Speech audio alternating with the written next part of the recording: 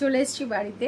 হঠাৎ করে কি হয়েছিল, কেন ভর্তি হলাম হসপিটালে, এমার্জেন্সিতে কেন ভর্তি হতে হয়েছিল, সবটাই আমি তোমাদের সাথে এখন শেয়ার করছি।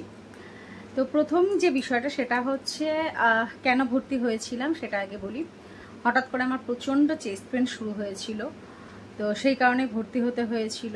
তার পিছনে কতগুলো রিজন ছিল। সেটা হচ্ছে তোমরা অনেকেই জানো, অনেকে হয়তো জানো না, যে লাস্ট কয়েকটা সময় ধরে মানে 1 মাসের ওপর, প্রায় 1.5 মাস ধরে একটা খুব স্ট্রাগল পিরিয়ডের ওপর থেকে আমাকে যেতে হচ্ছিল, বা যাচ্ছি এখনো কন্টিনিউ, সেটাও বলা যেতে পারে। সেটা হচ্ছে 1 তারিখ থেকে, এপ্রিলের 1 তারিখে বাবা ভর্তি হয়। আচ্ছা, তার দিন 7-8 বাদে মাও ভর্তি হন হসপিটালে, এবং দুজনকে সুস্থ করে বাড়িতে নিয়ে আসা, মানে একটা লং প্রসেস চলছিল। সেখান থেকে সুস্থ করে বাড়িতে নিয়ে আসা হয় 21 তারিখ নাগাদ, 17-18 তারিখ নাগাদ বাবাকে নিয়ে আসা, তারপরে 21 তারিখ নাগাদ একে নিয়ে আসা, মাকে নিয়ে আসা, এরকম একটা ব্যাপার চলছিল। আর 17-18 তারিখের একটু আগে হবে হয়তো বাবা এসেছিল, মানে এক্স্যাক্টলি এখন টাইমটা মনে পড়ছে না। মা তারপরে 21 তারিখ নাগাদ, আমার জন্মদিনের আগে আগে, এইটা মনে আছে, মাকে বাড়িতে নিয়ে আসা হয়। দেন তার পরে জন্মদিন, এগুলো সমস্ত কিছুই কাটে। একটু রিকভারি হতে না হতেই মা হঠাৎ করে যেটা হয় সেটা হচ্ছে ঘরের মধ্যে চলতে গিয়ে হোঁচট খেয়ে পড়ে যায়, এবং পড়ে গিয়ে যথারীতি মায়ের এই ডান হাতটা ভেঙে যায়, এবং এই পোর্শনের যে আমাদের হাড়টা রয়েছে, এই হাড়টা ভেঙে পুরো এরকম 2 টুকরো হয়ে এরকম ক্রস মতো হয়ে গেছিল।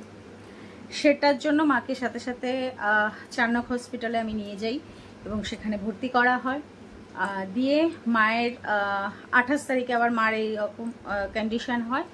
দেন 1 মে মায়ের আবার হাতের অপারেশন হয়। তারপরে মাকে আবার 3 তারিখে বাড়িতে নিয়ে আসি।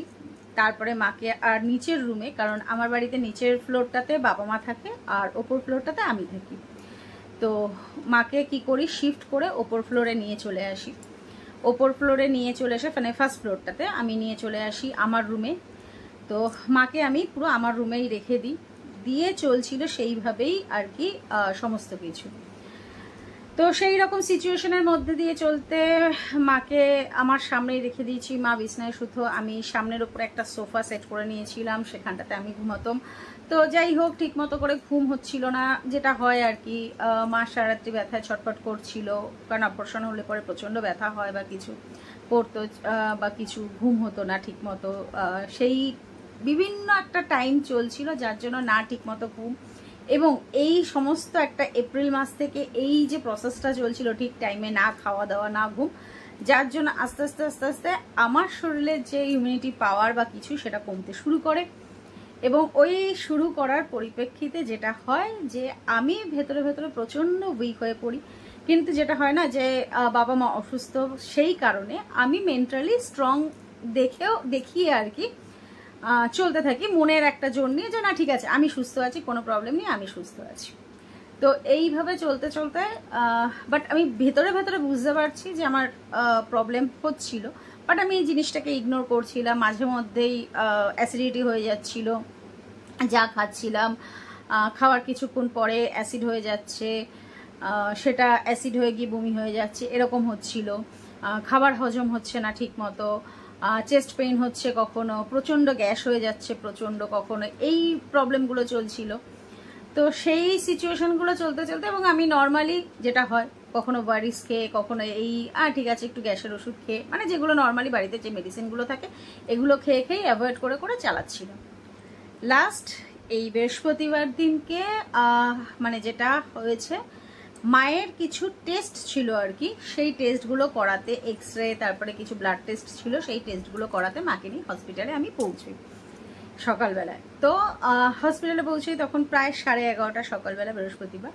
এবং যাওয়ার পরে আমি হসপিটালে গিয়ে যখন আমি বিলিং কাউন্টারে, মানে চারনকে গিয়ে যখন আমি বিলিং কাউন্টারে বিল করাচ্ছি যে এই টেস্টগুলো হবে, বিল করাতে করাতে ওখানে বসেই হঠাৎ করে চেস্ট পেন শুরু হয়, এবং আমি ওইখানে বসে এসির মধ্যেই প্রচণ্ড ঘামতে শুরু করি, এবং আমার মানে আমি দাঁড়িয়ে থাকবো সেই কন্ডিশন আমার ছিল না। তো তখন ওখানকার মানে যারা ছিল আর কি স্টাফ বা কিছু, তারা সাথে সাথে আমাকে বলে আপনি বসে পড়ুন, দিয়ে তারা নিজেরাই দাঁড়িয়ে বিলটা করে নিয়ে আমাকে সাথে সাথে ওখান থেকে বলে আপনার মায়ের সমস্ত টেস্টের বিল আমরা করে দিচ্ছি, আপনি চিন্তা করবেন না, দিয়ে ওরাই টেক কেয়ার করে মায়ের টোটাল টেস্টটা আর কি ওরাই করিয়েছে। সাথে আমাকে ওরা নিয়ে গিয়ে ইমার্জেন্সিতে তখন ভর্তি করে দেয়। আমি এই সিচুয়েশনে কি করব বুঝতে না পেরে তখন আমার যে ভাই আছে বিবেক, ওকে ফোন করি যে ভাই এরকম এরকম কন্ডিশন, আমাকে ইমার্জেন্সিতে ভর্তি হতে হচ্ছে। ও সেই সিচুয়েশনের অফিসে, মানে কীরকম একটা সিচুয়েশন ভাবো সেরকম, তো অফিসে, এবং ও অফিস থেকে তখন বেরোতে পারছে না, কারণ ওই দিনকে 2-3টে স্টাফ ওদের অফিসে সে ছুটি করেছে, কাজেই ভাইয়ের বেরোনো কোনোভাবেই পসিবল হচ্ছে না। তখন ভাই কি করে তাড়াতাড়ি করে, কারণ আমার মাথায় তখন চিন্তা করছে মায়ের টেস্টগুলো হয়ে গেলে আমাকে তো ইমার্জেন্সিতে ভর্তি করে দিচ্ছে, তাহলে মা এবার কি করবে, মাকে তো ওখানে রাখা পসিবল না। তো ভাই তখন কি করে, ভাইয়ের এক বন্ধুকে পাঠিয়ে দেয় আমার ওখানে হসপিটালে। দেন সে যায়, গিয়ে আমি ওকে বলে দিই, সেই ভাইকে আবার ভাইয়ের যে বন্ধু গিয়েছিল তাকে বলে দিই যে তুই এক কাজ কর, মাকে নিয়ে তুই বাড়ি চলে যা, গিয়ে মাকে বাড়ি পৌঁছে দে, মা বাড়িতে থাকুক, কিছু বলার এখন দরকার নেই যে কি কন্ডিশন আমার বা কিছু। তো ওকে তখন ডাক্তার বলে যে একে তো অ্যাডমিট হতে হবে বা কিছু। আমি বললাম ঠিক আছে, যাই হোক স্যার আপনি ট্রিটমেন্ট করুন, তারপরে আমি দেখছি। তো এইভাবে আর কি চললো, মাকে ওই ভাই বাড়ি নিয়ে চলে আসলো, মা বাড়িতে। দেন আমি এমার্জেন্সিতে অ্যাডমিট হলাম, কারণ প্রচণ্ড চেস্ট পেন হচ্ছে, কথা বলতে পারতাম না, শ্বাস নিতে কষ্ট হচ্ছে।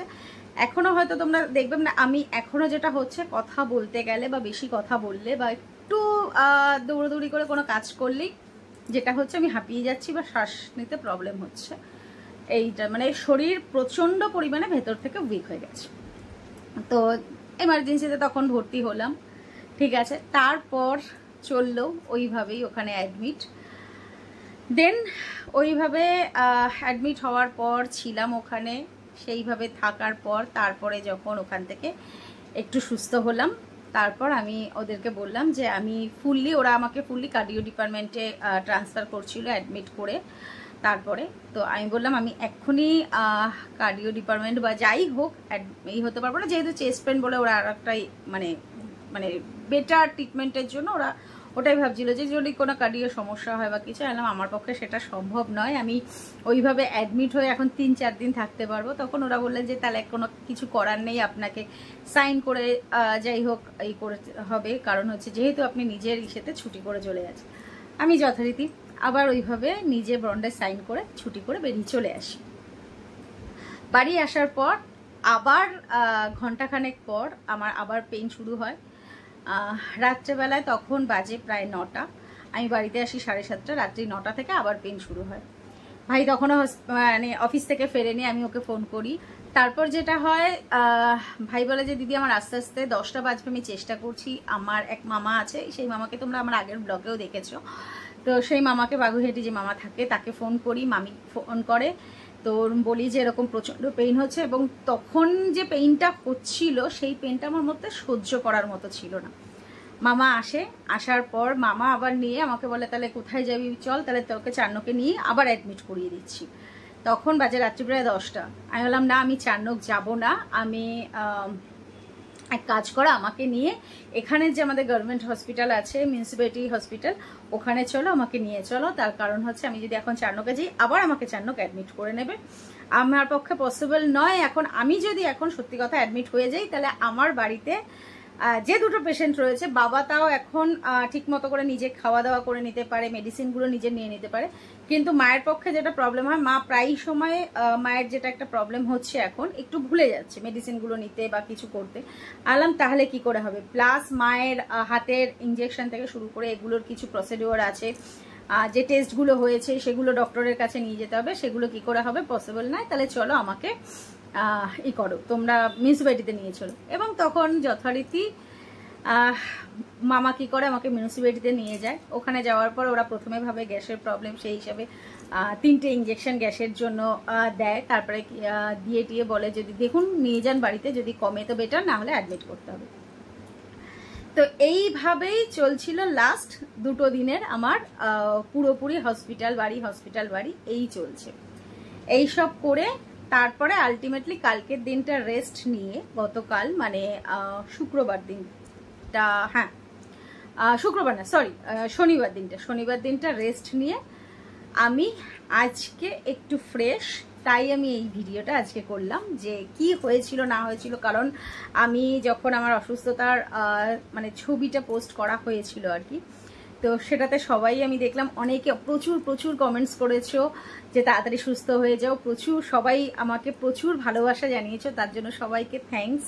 সবাই প্রে করেছো এবং তোমাদের সবার ভালোবাসার জন্যই আমি হয়তো এই মনের জোরটা পেয়ে এবং একটু বেটার ফিল করে আমি হসপিটাল থেকে তাড়াতাড়ি নিজে ছুটি করে বাড়ি চলে আসতে পেরেছি, না হয়তো পারতাম না। কারণ আমি যদি বাড়িতে না আসতাম তাহলে সত্যি কথা বলতে আমার বাড়ির যে সিচুয়েশন, বাবা তাও নিজেকে ম্যানেজ করে নিতে পারলেও মা পক্ষে পসিবল হচ্ছিল না যে ম্যানেজ করে নেওয়া। কারণ মার এখন যে সিচুয়েশনটা, কারণ মায়ের ডান হাত ভাঙা, মা ডান হাত দিয়ে কিছু করতে পারছে না, বা হাত দিয়ে সবকিছু পসিবল নয়, প্লাস মেডিসিন থেকে শুরু করে সবকিছু মানে একটা বিশাল মানে টাফ সিচুয়েশনের মধ্যে দিয়ে, তো যে কারণে এটা হয় করতে হলো, কিছু করার নেই, আমাকে আসতে হয়েছে ছুটি করে। তো এখন মোটামুটি স্টেবল। কালকের দিনটা মানে গতকাল শনিবার দিন, গতকাল আমি একটু রেস্ট নিয়ে বাড়িতে সারাদিনই রেস্ট নিয়েছি, নেওয়ার পর একটু বেটার ফিল করছি এখন। যে ক্লান্তিটা বা যেটা ছিল সেটার থেকে একটু বেটার, বাট টায়ার্ডনেস আছে, তাও চেষ্টা করছি আস্তে আস্তে নিজেকে সুস্থ করে তোলা। তো এটাই ছিল প্রবলেম। এবার তোমাদেরকে একটা জিনিস আমি দেখাই। আমি যখন চান্নকে ভর্তি হয়েছিলাম তো তখন আমাকে যেমন হয়েছিল, এখানে ওরা চ্যানেল করে ইঞ্জেকশন দিয়েছিল, মানে এখানে চ্যানেল করে ওরা যে মেডিসিনগুলো মানে ইঞ্জেকশনগুলো দিচ্ছিল, স্যালাইন ফ্যালাইন যা দিচ্ছিল এখান থেকে করেছিল। আমি যখন তাছাড়া আমি যখন ইসেতে কি বলে আরও আদার্স ইঞ্জেকশনগুলো যেগুলো আমাকে নিতে হয়েছে, তার জন্য আমার দুটো হাতে কি বিচ্ছিরি অবস্থা হয়েছে তোমরা দেখো। এখানে একটা ইঞ্জেকশন করেছিল, সেটারও হয়তো তোমরা দাগটা বুঝতে পারছো কিনা জানি না, যে শিরাটা দেখো নীল হয়ে ফুলে রয়েছে, এটা একটা। এইখানটাতে অবস্থা দেখো কিরকম কন্ডিশন হয়ে রয়েছে, মানে আমার এই হাতটা ডান হাত বিভৎস ব্যথা করছে। এখানটাতে ওরা ইঞ্জেকশন মানে যখন দেওয়ার পরে বলছে ভেন প্রচুর পাতলা নাকি, যার জন্য নিডল ঢোকার পরে ব্লাড আসলেও নিডলটা ঠিক মতো ঢুকছে না। এটা হলো, এটার পর আমার এই হাত, মানে আমার দুটো হাত কোমরের অবস্থা শোচনীয়। এই হাতের অবস্থা দেখো, তোমরা হয়তো দেখতে পাচ্ছ কিরকম, এখানটাতেও এইরকম কন্ডিশন হয়ে রয়েছে। তারপরে কি করলো, আমার কোমরে হিপে ডান দিকে বাঁ দিকে দুটো ইঞ্জেকশন দিল, এবং মিউনিসিপ্যালিটি থেকে বাদিকে যে ইঞ্জেকশনটা দিয়েছে হিপে, মানে একটা গরুকে যেরকম ভাবে ইঞ্জেকশন দেয় মনে হলো সেরকম ভাবে ইঞ্জেকশন দিচ্ছে, মানে মানুষ বলে মনে করে না নাকি ভগবান জানে, এমন ভাবে দিয়েছে আমাকে। সেই ইঞ্জেকশনের পেইনটা স্টিল নাও এখনো রয়েছে এবং জায়গাটা পুরো শক্ত হয়ে জমাট বেঁধে রয়েছে। মানে আমি বুঝতে পারি না এইভাবে কেন দেয়, পেইন হচ্ছে, বাট চেষ্টা করছি, হ্যাঁ থম্বোফর্ম জেল এগুলোও ইউজ করছি, বাট ইউজ করার পরেও এখনো অবধি এইভাবে স্পট পড়ে রয়েছে। তো এই সিচুয়েশন রয়েছে, এই সিচুয়েশনের মধ্যে দিয়ে চলছি, বাট তোমাদের প্রত্যেকের ভালোবাসায় প্রত্যেকের ইসেতে প্রে করাতে আমি তাড়াতাড়ি সুস্থ হয়ে বাড়ি চলে এসেছি। তো এখন বাড়িতেই আছি, আর মার যেহেতু আবার ইঞ্জেকশন এগুলোর ব্যাপার রয়েছে, স্টার্ট করতে হবে বা কিছু, তো সেগুলো ডক্টরের সাথে কনসাল্ট করা হয়েছে। আগামীকাল থেকে মানে সোমবার থেকে মায়ের ইঞ্জেকশনটাও চালু হয়ে যাবে। মায়ের ইঞ্জেকশনটা দেওয়া হলে, ওটা 30 দিনের একটা কোর্স আছে, প্রত্যেক দিন একটা করে ইঞ্জেকশন দিতে হবে, এবং সেটা দেওয়া হলে মায়ের হাতটা মানে নর্মাল আগের মতো সব কিছুই করতে পারবে, ব্যবহার মানে ইউজ করা থেকে শুরু করে সবই হবে। তো এই হচ্ছে এখন পরিস্থিতি। তো এখন মোটামুটি আমি সুস্থ। তো চলো আবার পরের অন্য কোনো ভিডিওতে আমি তোমাদের সাথে বাকি সবটাই শেয়ার করব, আর এখনের মতো ভিডিওটা এখানেই শেষ করছি।